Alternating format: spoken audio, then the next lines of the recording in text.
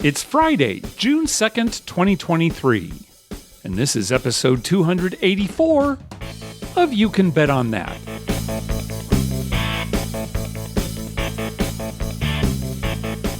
Hi, everybody. Welcome to You Can Bet on That, a podcast for the recreational gambler. I'm Mark Duvall. And I'm Dr. Mike. Dr. Mike, how are you feeling? Better. Okay, Yep. good. Doing good now. Just a little setback there, but I'm okay now. Okay, very good. Back to your routine, taking the kids to school, et cetera, et cetera. Good. Yep. Same old thing. These kids go to school pretty much year round, so. Oh, okay. Yeah. So you've got something to do. Even during the summer, you're going to be working. Yeah, it's only about 4 hours a day, but yes, I will be working. All right. Well, that's not bad. Well, we are back from Biloxi. So finally, let's talk about this trip. We met you at the airport. I'll tell you what, I don't know if I mentioned this to you, but our sons were both busy the morning that we needed to go to the airport. So we just took an Uber. It was the first time Sherry's ever been in an Uber. And I paid a little bit extra for a comfort car, whatever that means. It's supposed to be, a little nicer than somebody picking you up in an AMC Pacer. I don't know. Anyway, we did that. And the driver, she was just lovely. She was nice enough. Oh, but she was one of those drivers that drives with 2 feet. In other words, one always on the brake, one always on the accelerator. Oh, and my God. It was a nightmare. Oh, my gosh. And plus, she never signaled, tailgated. We were in rush hour traffic going there. It was a scary, scary drive to the airport. So that was Sherry's first Uber experience. Yes.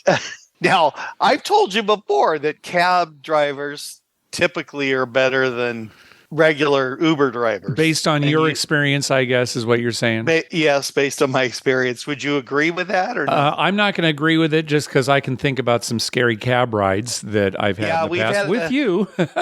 Yeah, we had a few scary ones. I was going to ask you if it was as scary as those. It was pretty scary. Again, she almost hit somebody, changing lanes. Again, no signaling, nothing, And it was so funny because she was so nice and sweet. Have a nice trip. Yeah. And it's just... Well, she's probably thinking these people are going to gamble. They want to get to the airport as fast as they can. Yeah. I normally don't drive like this, but I really want to please these people. Yeah, it could be. And I don't know how. That's probably it. It could be. I have no idea how she would have known we were going on a gambling trip. All we said was American Airlines. Yeah, we have a podcast. Oh, okay. She recognized me. That was the thing is, hi, we're going to the airport. Oh, that's Mark from You Can Bet on That. I understand. It was either that or, Sherry might have made some mention about how she needs a new washer and dryer or something. That could be. She was. You got to hurry up and get to the airport. All right. Anyway, the rest of the travel was fine. Our flights were fine and everything.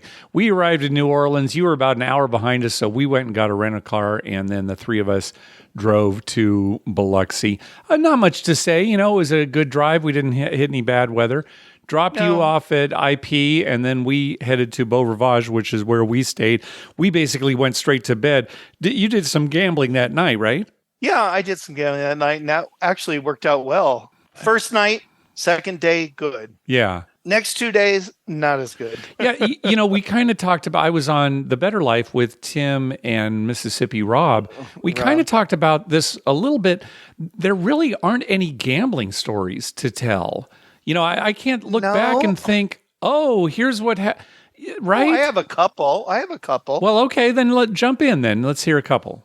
Well, I was on a table and this guy, me, I'm always betting the all tall, all small, make them all. Right. And this guy's rolling and he rolls all the tall. Uh-huh.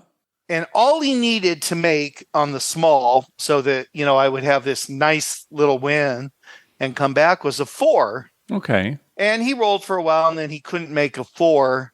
And then at the end, he turned to me. And most people turn to, the guy and they say, oh, sorry, I that would have been nice. And blah, blah, And I know you can't always hit him, but he turns to me and says, I think I taught you a lesson. What? What? Yeah, don't you remember that guy that taught me the lesson? I don't know. Maybe I'm blanking here. I did. What? I taught you, but he rolled the tall for you. So, you won some money out of it. taught you. He taught me a lesson. All right. Well, and he wasn't being funny or anything? Oh, I think he was trying to be funny. Oh, okay. His wife was with him, and they were standing right next to me. Oh, yeah. Okay. Yeah, I remembered. Oh, it was one of our listeners. Yeah, one of my co-hosts. Oh, it was me? Yeah, don't you remember? Oh, no, I don't remember. You were pretty drunk. I guess. And I said, remember. "Oh, Mark, just a 4. All I needed was a 4." And you just said, "Well, I taught you a lesson, right?" I'm like, "What?" I guess maybe I remember that. I taught you a lesson, but it makes no sense. Now Sherry, she was coherent. All right. I don't know what the lesson was. I guess just about the tall, not the small. All right. Well, now that I know it's me that said it, it's like, okay, now I know why I said it, because it didn't make any sense. Yeah. That was my attempt at humor. Yeah, that was your attempt at humor when you were drunk. Yeah. You were very, very drunk that night. Yeah, I probably had a little too much. Well, I haven't had a lot to drink in a long time, and that one night I thought, okay, I'm going to go for it. And you did. You got lost in the parking lot. I think earlier in the day, and I was teasing you about it, and then you and Sherry left, and you've been gone like 10 minutes, 15 minutes, and my phone rings. I pick it up. Do you know where we parked? I'm like, I told you we're on number 7. 7. Remember? I said 7. Oh, this is going to be lucky. We're parked on 7. That's right. I made a big deal out of it. For concerned listeners, I wasn't driving at that point. Sherry was driving, yeah, when we arrived, you said the 7. I completely forgot. Yeah. The funny part is I had been teasing you about getting lost in the parking lots there. Well, and I have to agree, they're very confusing. Here's what was happening. For whatever reason, at Beau Rivage, they were watering down their drinks like crazy. You'd think you'd get, better drinks there, better alcohol, or at least, drinks with alcohol in them. But they were really watered. I had one of those walkie downs. They watered down the non-alcoholic drinks. Even like the soda. Remember? Oh, that's right. You got like a pineapple juice, right? That was terrible. You could barely even tell it was pineapple. I don't know. It could have been dishwater. I don't know what they gave me. But, there was a hint of pineapple there, but it definitely wasn't pineapple juice. And I swung the other way. It's like, well, okay, if that's what they're going to do, then I'm just going to order shots, right? Because they won't water down shots. And that's probably why I got tipsy pretty quickly, was just ordering shots. Yeah, the shots. Well, I'll say that at IP, they did not do that. No, at IP, which is supposedly not as nice as Beau Rivage. Right, the drinks were great. There you go. I can't drink alcohol now, but for all the drinks I got there, like tomato juice, it was real pineapple juice, real tomato juice. It was good, yeah. Right. Do you have another gambling story? Well, some funny things happened at the table. All right, go for it. But not related to gambling so much. That's fine. My favorite thing on the whole trip was when you weren't there. It was the 7:30 coffee dice meetup. Oh, right. I was a little late for that, and I've got a story about that, too. Late? All right. I've got a story about that, but finish your story. How late were you? I got there probably 8:30, 8:45. Yeah, I was very late. No. But there's a story behind that. Way more late than that. It was more like 9:30. Well, I don't know that it was that late, but I'm not going to argue. But it was late, but there's a story coming. Anyway, finish your story. Well, we're sitting there playing, and the whole time I'm giving you grief in front of everybody at the table. Yeah. Because the night before you had told me, now, you sure you can make it at 7:30? Yeah. You sure? So you'll get up? Yeah. I was the first one there. Yeah. Anyway, the dice were going around, and they came to Mississippi Rob, and he was getting ready to roll, and all of a sudden he steps back from the table and says, "Oh, I got to take this." And Mississippi Rob took this phone call, and he stepped back from the table a little bit. But you could tell by his tone and what was being said that it was something serious. Uh-huh. And then Mississippi Rob hung up the phone, and everyone's like, "Is everything okay?" And he said, "Oh, it's not as bad as I thought." So evidently, his son, who I think he said was either 9 or 10, so, probably 4th or 5th grade maybe, showed up at school, and him and a couple of his buddies, I guess, decided it would be funny to wear white T-shirts, and then they had written on there in felt pen or something, "Intoxicated Gang." And of course, school didn't look nicely. Well, where did that. that come from? Intoxicated gang. I have no idea where that came from. Okay. But his wife was pretty upset because he got sent home from school and kind of like suspended for the day kind of thing, I guess. He's a kid. They don't, yeah, probably didn't even realize what they were doing or what the consequences. And so we gave Rob the hardest time because it's like, one person said, well, the apple doesn't fall far from the tree. And everyone that walked up, did you hear the news? Rob's kid joined the gang. Everyone was like, oh, I can't blame the school because you've got intoxicated on there. You got gang. Yeah.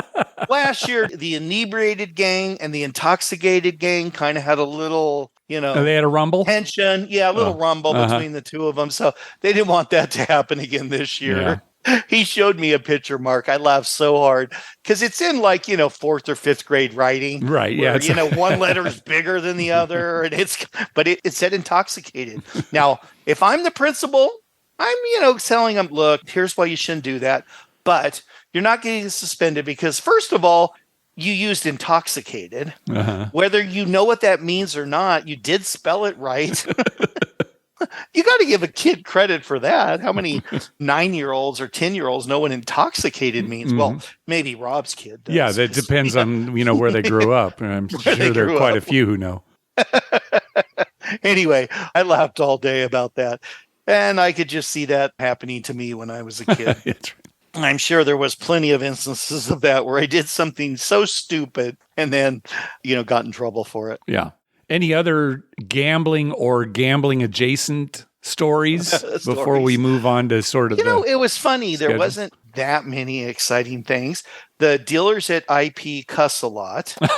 I found that funny. One of the dealers said some cuss word like or something. Oh, or something like that. And I kind of laughed and I said, boy, there's a lot of cussing. And from that point on, they knew it was okay to cuss. So there was a lot of words flying around the table. I've got a funny story about one of the dealers. It was Bruce, who I think dealt to you earlier. And he was dealing to me later. You weren't there. And the subject of the podcast came up. And I'm, betting the way that I typically do, right? Kind of conservative. Right. And he says, oh, so you're learning to play craps on the podcast? And I said, well, no, not really. I mean, we kind of teach people to play craps on the podcast. And he said, oh, because I thought you were learning craps. You clearly don't know how to play. Your friend Mike, who was here earlier, he knows how to play. And we were laughing about that because I know you're throwing money all over the place and tipping them like crazy. That's probably what he wanted from me.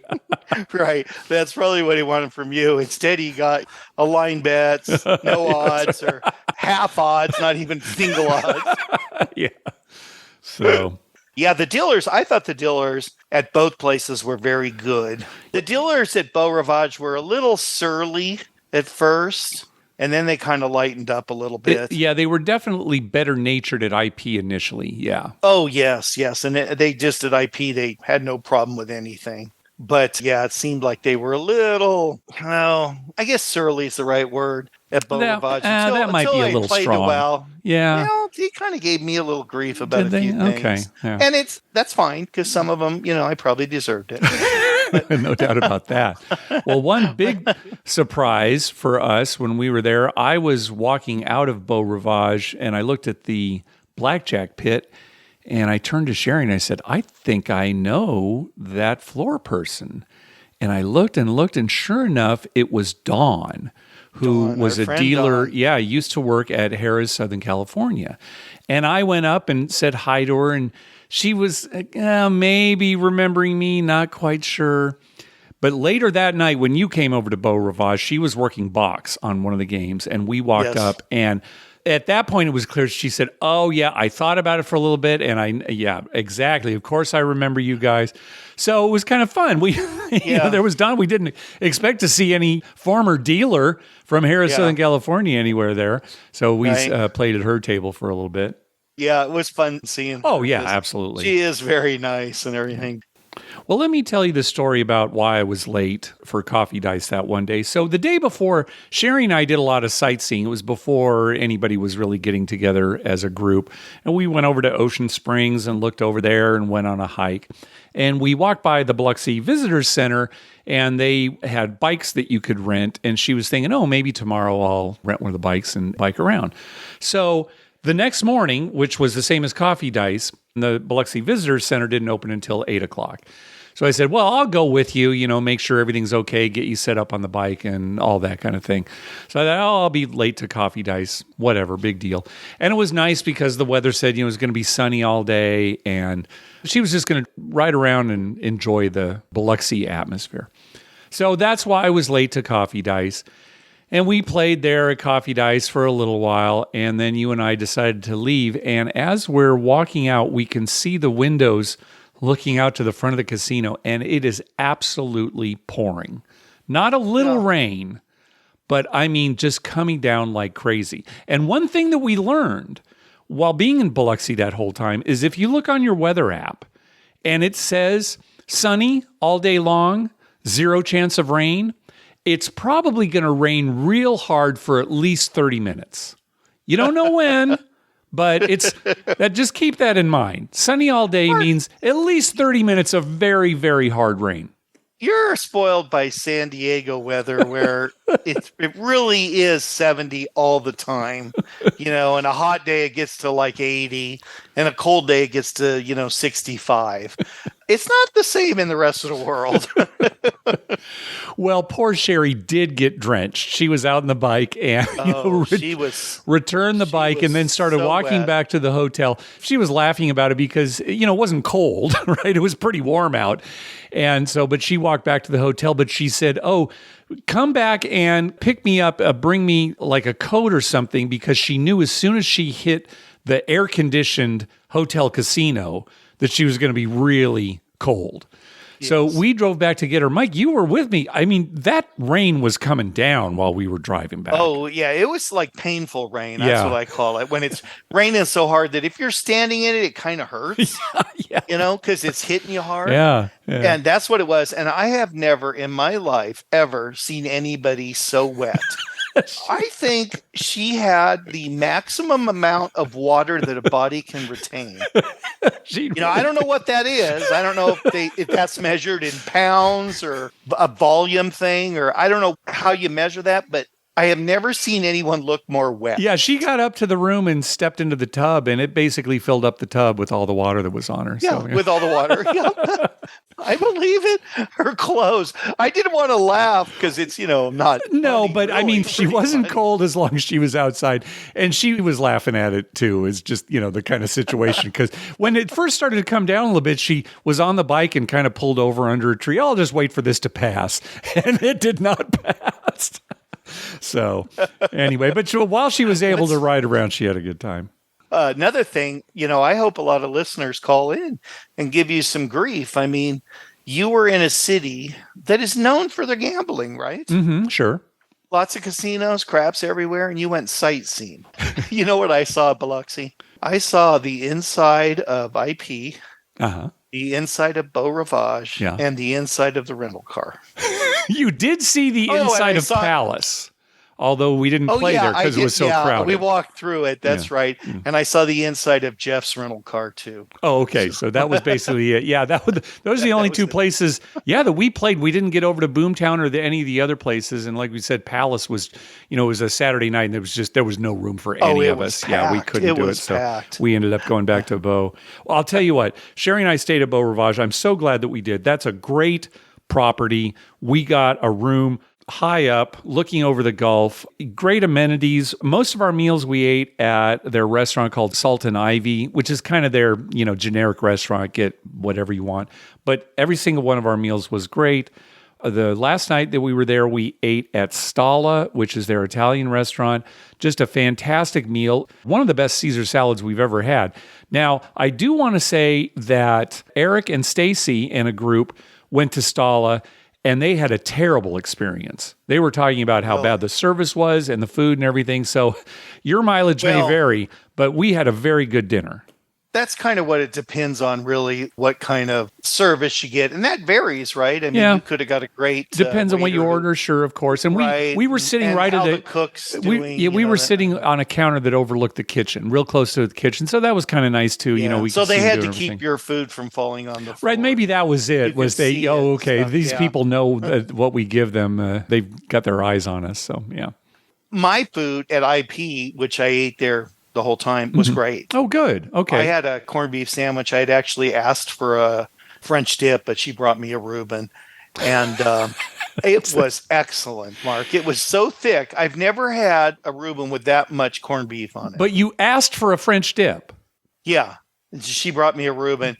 I don't know if it's her fault or my fault, but somehow I ended up with a Reuben. I ate it. I bet it's your fault. You know that story of when we went to Palace Station and you kept going on about how, oh, I'm going to get a Reuben. I'm going to get a Reuben. And the waitress comes, oh, I'll take a French dip. And I thought you were just joking. I thought you were just trying to be funny. No, you ordered it wrong. You get those confused. I get them confused all the time. What I didn't get confused is the bowl of loaded potato soup, which was excellent. That was good. I love that. Okay. Yep. I also loved when I'm at a craps table and Jack walks up eating an ice cream cone right next to me. Yeah. That's very tempting to leave the craps table for that. I did not. Yeah. No. Don't get me wrong. That would be stupid, but it was very tempting. This was really a great trip, and it's great to see everybody. And I think Biloxi is a great location for these meetups. But I'll tell you, I can't remember the last time the gambling was so bad / uninteresting. Yes. I mean, almost every time we went up to a table, I just wasn't enjoying myself. And it had nothing to do with the people or the cruise or anything like that. It was just bad luck. When it keeps hammering you over the head again and again and again, but you're thinking, well, I'm here. This is what the vacation's about. I've only got X number of hours left till we leave.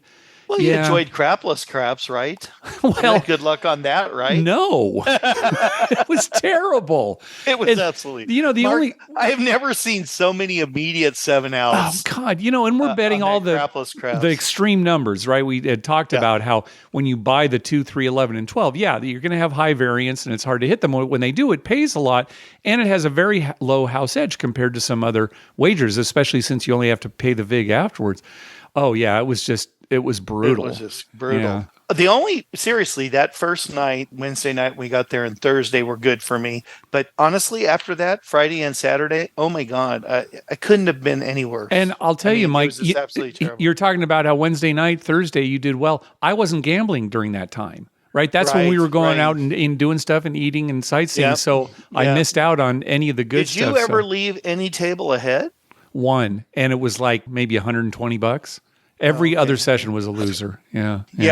It was not good gambling, but I enjoyed Biloxi. Oh yeah. There was a lot to do and see, and I'd go back. Yeah. I kind of, when we were flying home, I was thinking, I kind of liked our meetup here at Diamond Joe because everyone was forced to kind of stay together. Yes. Right? There's nowhere to go. Yeah. So even if you weren't gambling, you were standing around the table, or, we went to eat, we kind of all ate together. Right. As opposed to there where it was kind of like, I'm not going to go there to eat. I didn't go to a couple places because I would have had to have you or somebody pick me up and drive me in. I just thought, I want to gamble anyway. Yeah. So, I mean, there is something to be said for those single locations like Diamond Joe Worth. Thing is, there's nothing else around, right? I mean, it's only the casino. If you want to go golf or something, you can't.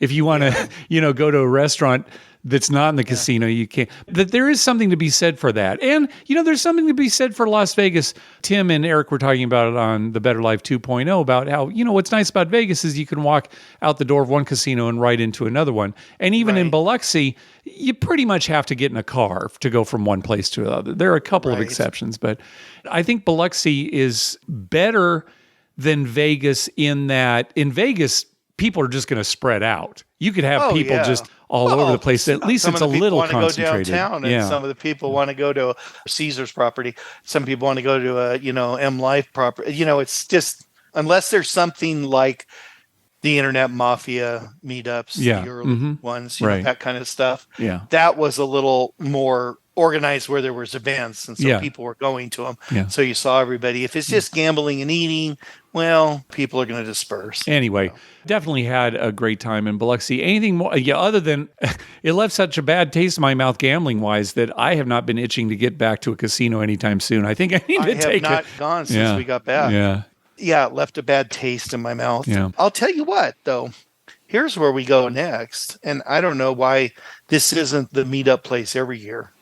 Harris Cherokee. Well, yeah, there you go. And that is kind of an example of a single destination, right? You know, it's like everybody's going to stay there. Yeah.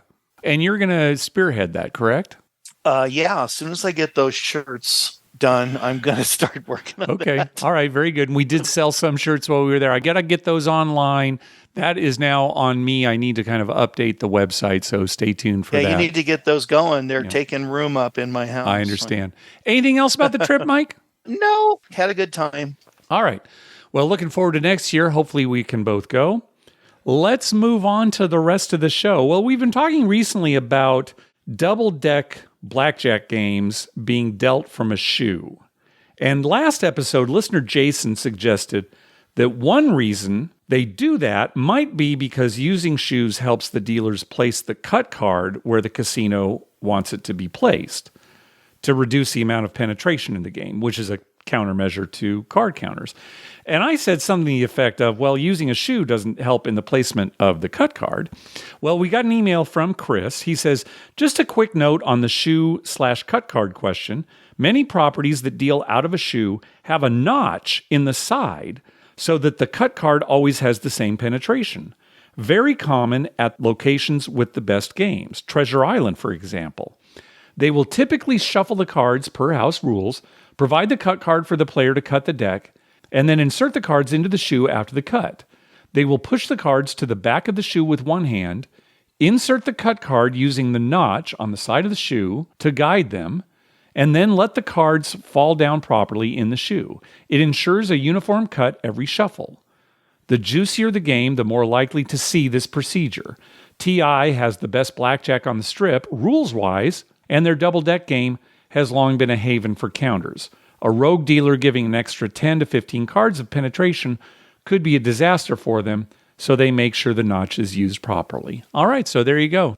Yeah, well, it makes sense, right? Yeah. And that you still get to cut the cards and everything, so yeah, right. Still some player interaction. Right. They just have a certain amount. They know exactly how many cards they're going to leave in there, at the end of that shoe. Yeah. I still am thinking that the main reason they've switched is just, as we've said before, more dealers can deal out of a shoe than handheld a double deck. So I'll still stand by that, but this is something I didn't know. We learned something. Yeah, well, if there were a lot of different games and you were walking around, you'd rather go to a pitch game, right?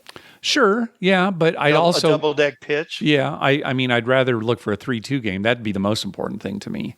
And sometimes with those single and double decks, it's 6 to 5, so that would be more important to me. I read something interesting the other day, and I don't even remember who had written it, but it was talking about the demise of 3-2 blackjack and how that's pretty much going to be gone. And I saw some articles too recently talking about how Las Vegas is really not interested in small rollers anymore. They only want high rollers, and that's why on a lot of these low limit games, they're making these terrible rules like 6 to 5, like 000 roulette. That kind of thing. Right. I read that article. And they're making money, so why not? Right. Yeah. And it kind of intimated in the article that the low rollers can come and do other stuff. Yeah. They can spend their money in, shows and restaurants and this and that and everything. And the gambling will be left to the bigger gamblers, the higher stakes gamblers. Yeah. All the more reason to go to places like Biloxi, where you're going to find lower minimums, right? So, yeah. Right. I didn't even check out blackjack when we were there. Were there all 6-5s or were there 3? I didn't check out blackjack either. All I know is they have $25 Baccarat squeeze games, which of course was very popular with our group because $25, that's pretty low for a squeeze game. Yeah. That's very low. As slow as that goes. Yep. Yeah.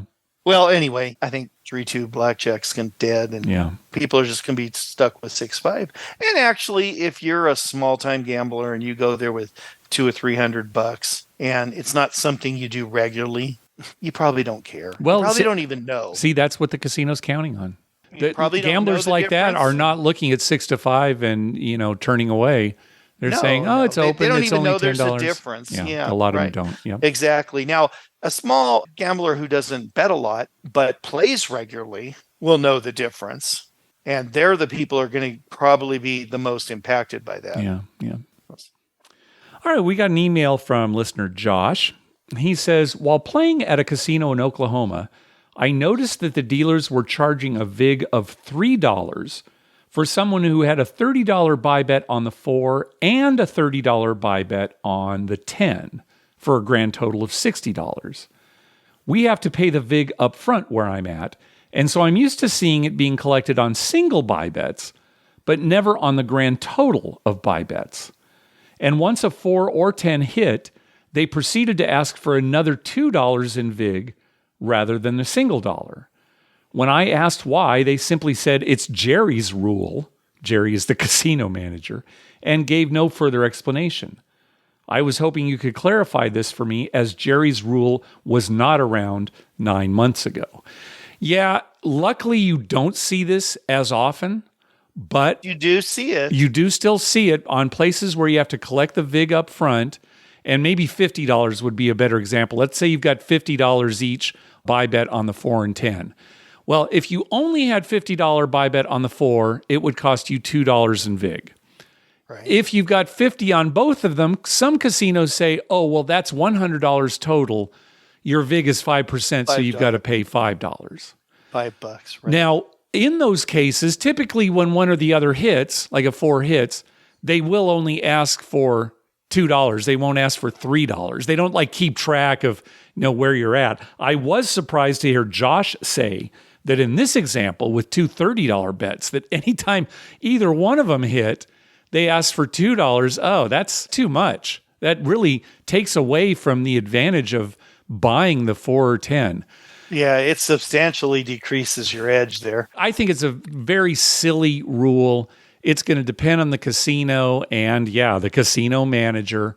And luckily, it's not an issue with casinos where they only charge the vig on wins. And luckily, we're kind of moving in that direction. Yeah.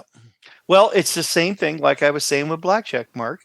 The people who are just learning craps and don't know how to play probably aren't buying the 4 and 10. Yeah. Right? And maybe if someone said, oh, it's better to buy, they don't even realize that it's going to be combined and the vig's going to be $3 for two $30 bets. Yeah.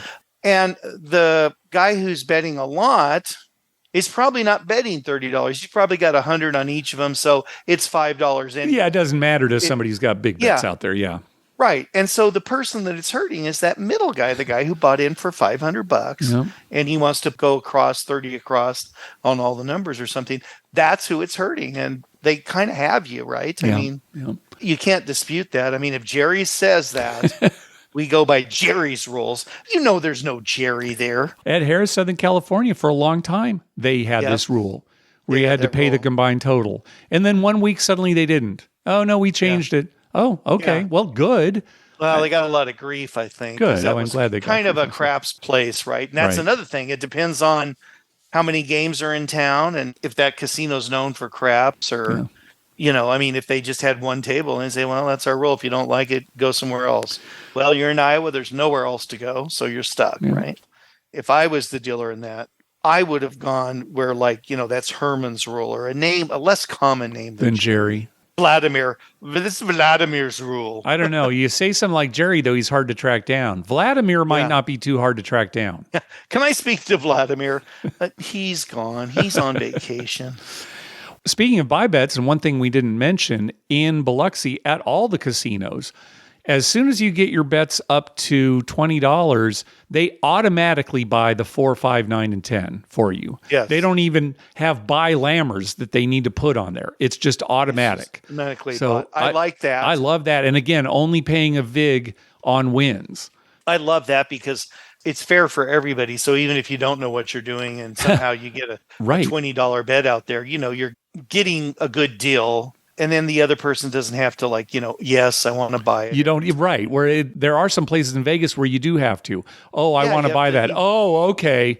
Well, we've seen everything, Mark, from no vig at all Remember on the Sure. 4 and 10? They had free buy bets, right? At downtown Grand. Grand. Yeah. All the way to, we're going to add up the total of your bets and charge you big on that. The two extremes. I'm surprised more Vegas casinos don't go with the 5 and 9 being bought. I think it is trending that way. That is some good news, even though we're getting a lot of crapless craps tables, 6 to 5 blackjack, 000 roulette.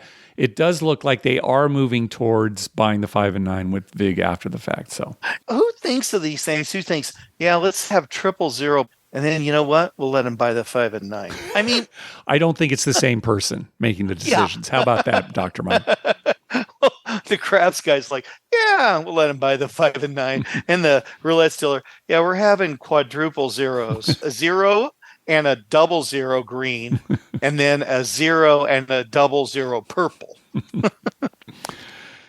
All right. Hey, thanks to everyone who's been clicking through our Amazon link. Remember, whenever you're going to buy something through Amazon, please go to our page first. You can bet on that.com and click through our Amazon link towards the top of the page. All right, let's get to some voicemails. I don't think we're going to be able to get through all of them. Maybe we'll save them for next time. But let's start off with Julia.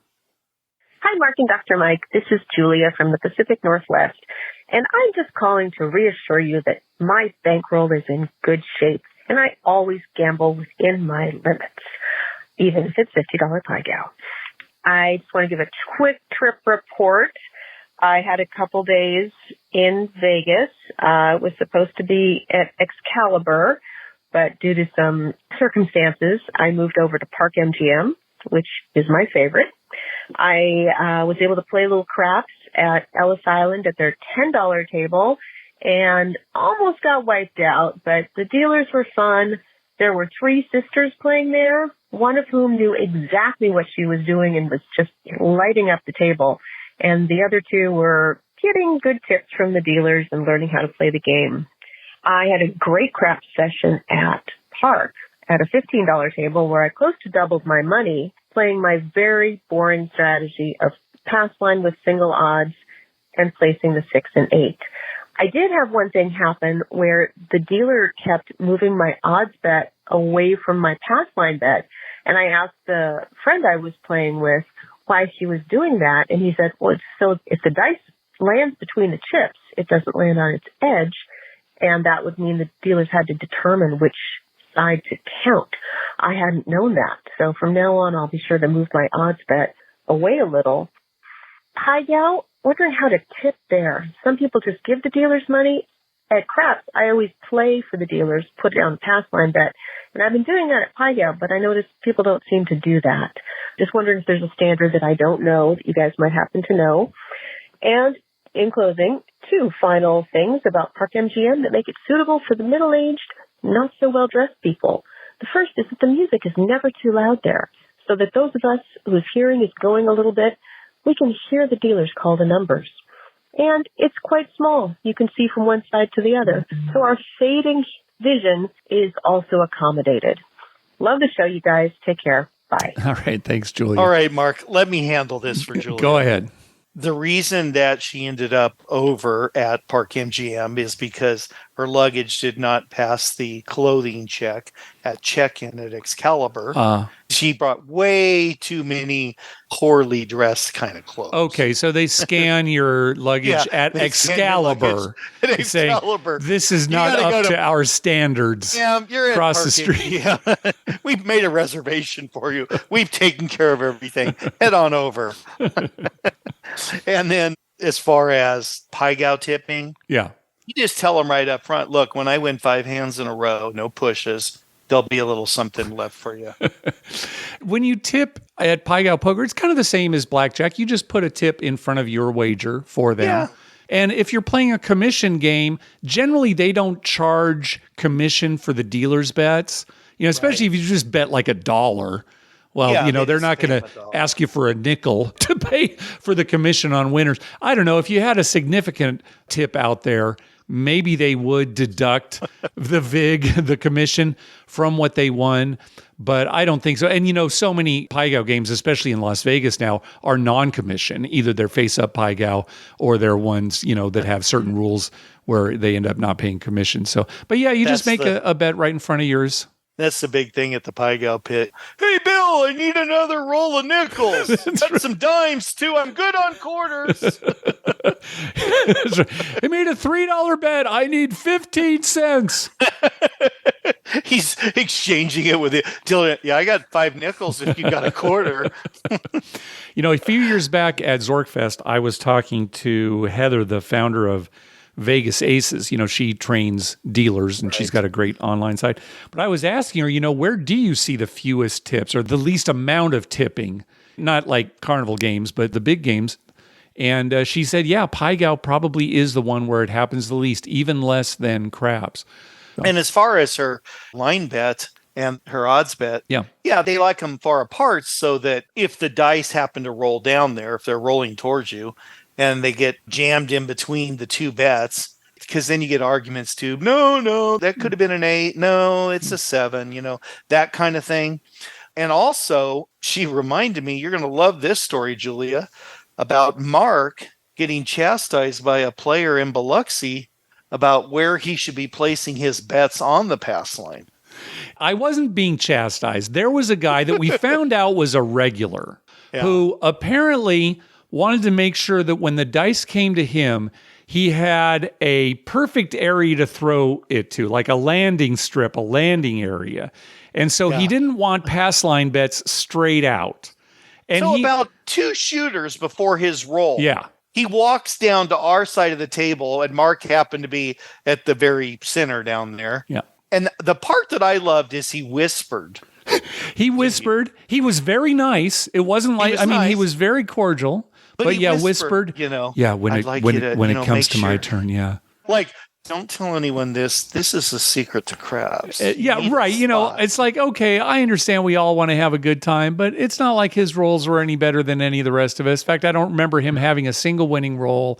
And he was still hitting. As a matter of fact, I think he had 3 or 4 immediate. Yeah, he was still hitting chips all over the table. What whatever. I loved is you at one point forgot to make a line bet. And so it turns out there's only one bet on that side of the table. And it's the guy that's next to the dealer. So he's way over in that corner. The guy picks up the dice and throws them right at that guy's chips. They actually hit his chip over there in the corner. The whole rest of the area was clear. Oh, my God. And then we switched tables.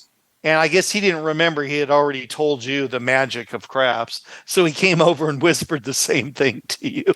Yeah, and the dealers, they kind of rolled their eyes, and then we realized he was a regular. Oh, yeah. Yeah, well, he's they here all said the something time, like after he left, we were laughing. I said, oh, my God, I can't believe that guy. And they're like, yeah, every time.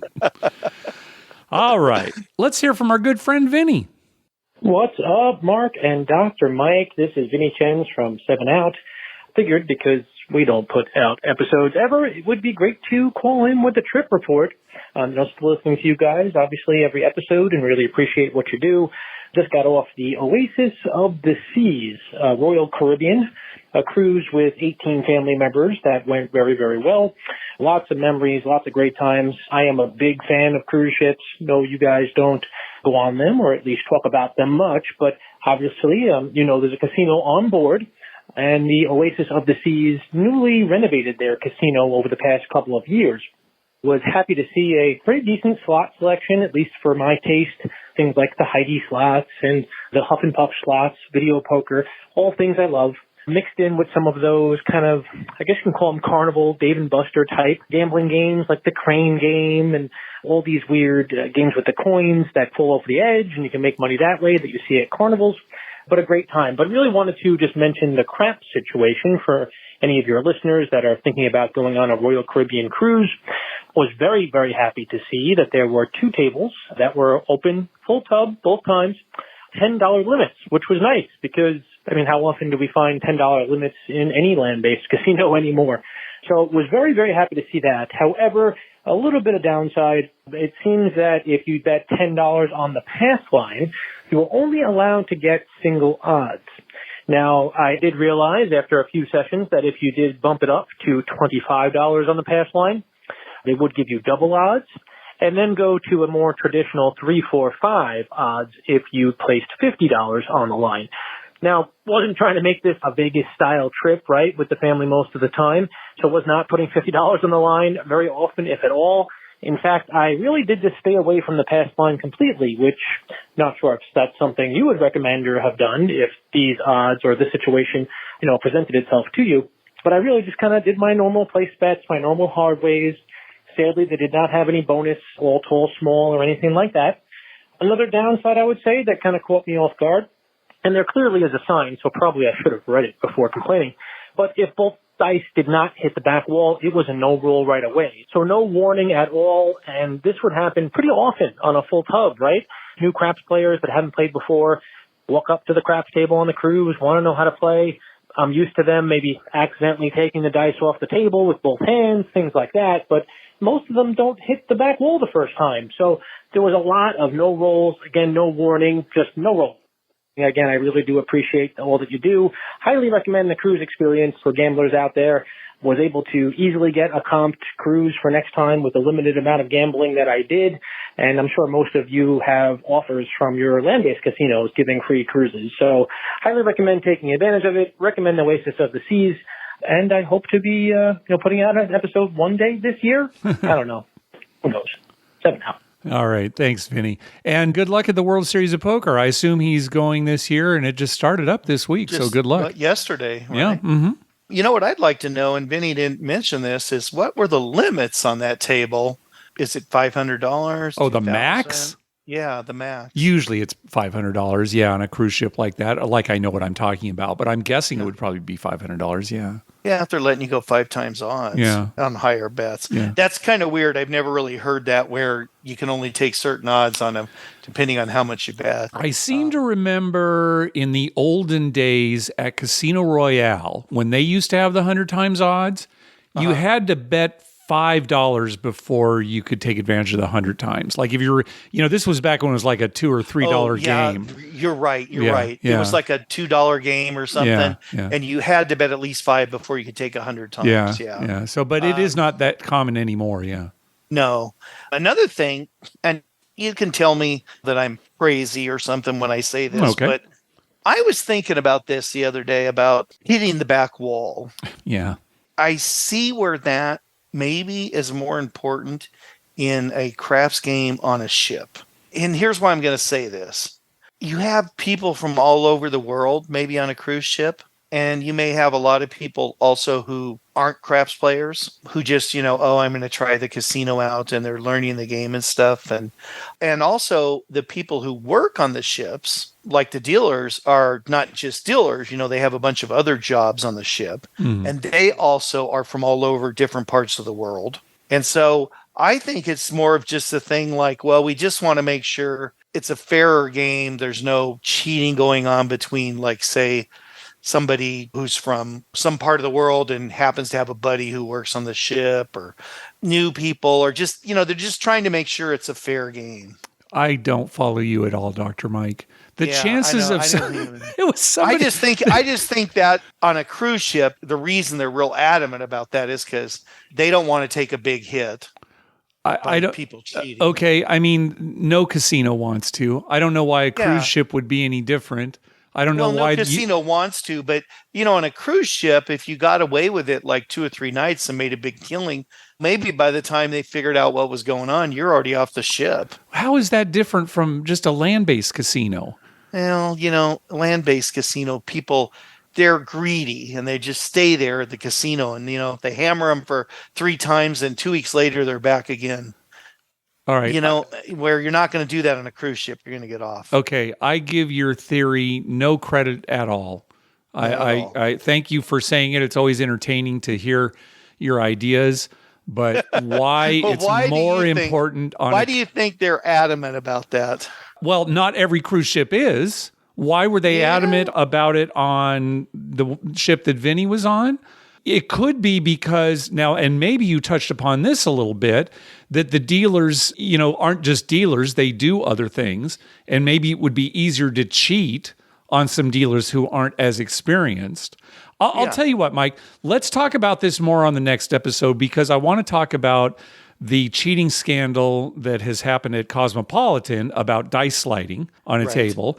I was just going to bring that up. Yeah. Sliding, an unexperienced dealer, they don't know if that's a slide or he actually rolled, right? Right. So, I mean, in that case, then I would say, okay, that's a reason why a cruise ship might require it. Not because there's somebody from some foreign country who might have a buddy who's a dealer. How is that even more likely than a cruise ship? I don't know. I'm just putting stuff out there. Right. Also, what about this? There's not as much security on a cruise ship in a casino as there is in a regular casino. Okay, isn't there? I don't know. I don't know. I didn't see, I'm sure there's security, but I didn't see as much as like a regular casino. There might have been one guy in there walking around. Well, but they must have eyes in the sky, right?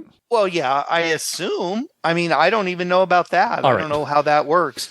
But as far as like somebody there, so if somebody did some weird roll and then somebody else argued about it, no, that's not a good roll, or there's some dispute, people could get into fights. I've heard of fights on cruise ships. Well, all right, let's not so much for that. Let's talk about this more on the next episode, because again, I do want to talk about that scandal. Also, I would recommend to people to go back and listen to the most recent episode of The Better Life or The Better Life 2.0, where Tim talks about playing the Roll to Win game at Boomtown in Biloxi, and 3 strikes and you're out if you don't hit the back wall. And it doesn't have to be in a row. If you're rolling and at any time you've rolled 3 times where both dice didn't have the back roll, you have to pass the dice. And it seemed a little extreme. But again, some of this may be because of these roll to win scandals that we're talking about. But yeah, and what about an elderly person who can't really chuck them that hard? What about it? I mean, they can't play that game? Oh, yeah, I know, right. I mean, we've known plenty of people who just can't get it done. Hey, you aren't cheating. Right. I try to hit the back wall every time, especially if I'm at the very end. Right. And sometimes I don't do it. Either it slips out or it hits something. Yeah, I mean, but I try every time. One dice right? will hit the back wall and the other one won't quite make it. Not intentional. Just, it's just the way it came out of your hand. Yeah. Okay. Let's make next episode a catch up on voicemails, and we'll just call it right here. So, all right. We want to thank some people for some recurring donations. Brian Dancer, Brian and Sarah, Josh, and the boys over at Crap Vegas. Thank you very much for those recurring donations. We also got an anonymous donation. It says, Karma donation for my first trip back to Vegas since 2018. Oh, well, good luck on your trip. Also a donation from listener Frank. Karma donation for an upcoming trip to Lake Tahoe. Oh, very nice. Love it up there in Lake Tahoe. Also a donation from Jamie for the Biloxi trip. Thank you very much, Jamie. And while we were there, Josh made a baccarat bet for us while we were playing that first night playing baccarat. So thank you very much, Josh. That bet won. Thank you. Oh, nice. Yeah. Hey, be sure to check out our TV listing showing all the gambling-related shows coming up within the next 2 weeks at youcanbetonthat.com/TV-listings. And our list of gambling-related movies at youcanbetonthat.com/movies. We'd love to hear from you. Call our voicemail hotline at 951-292-4377. That's 9512-WAGERS. 9512-WAGERS. Or you can email us at youcanbetonThat@gmail.com. You can also follow us on Twitter at youcanbetonThat and on Facebook at facebook.com/youcanbetonThat. Finally, please go to your favorite podcast app and write a review of the show. We love getting your feedback. What do you got, Dr. Mike? Well, for one thing, Mark, I am almost 100% certain when we're done and this is out, I'm going to remember a couple of stories from Biloxi that I wanted to talk about. All right, write those down. We'll talk about them next time.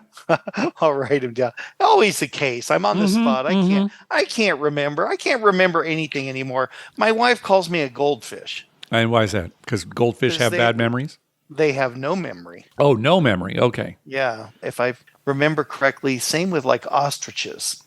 An ostrich only has like a minute memory. So if you walk away for a minute and come back, it's like they seeing you for the first time. All right. So very hard, if not impossible, to train ostriches or goldfish. Okay. Goldfish, all exactly. Right. Just as your wife, memory. It's impossible to train you.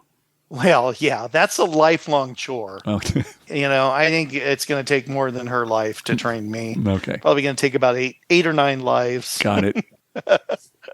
Anyway, yeah, nothing else really to say. I'm not going to mention the Padres because I know how, they're your team. And, no reason to. Who even knows if we're going to be able to watch them on TV here anymore after a couple of days? As of Monday, next Monday, you're not going to be able We'll to watch see. them. There's something's happening. I have no idea what it's going to be, but we'll see. So Bally's went broke. Yeah, Bally's having Bally- some trouble. Yeah. Bally Sports. Yeah. Yeah. They're the only team affected. Isn't that funny?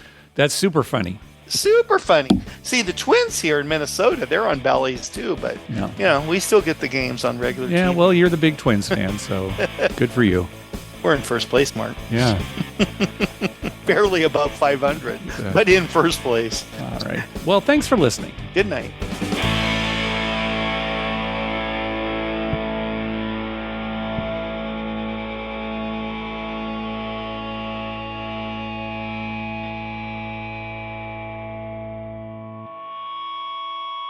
Mike, Mark, that was wonderful. I had no idea you were so talented. The audience is going to love you.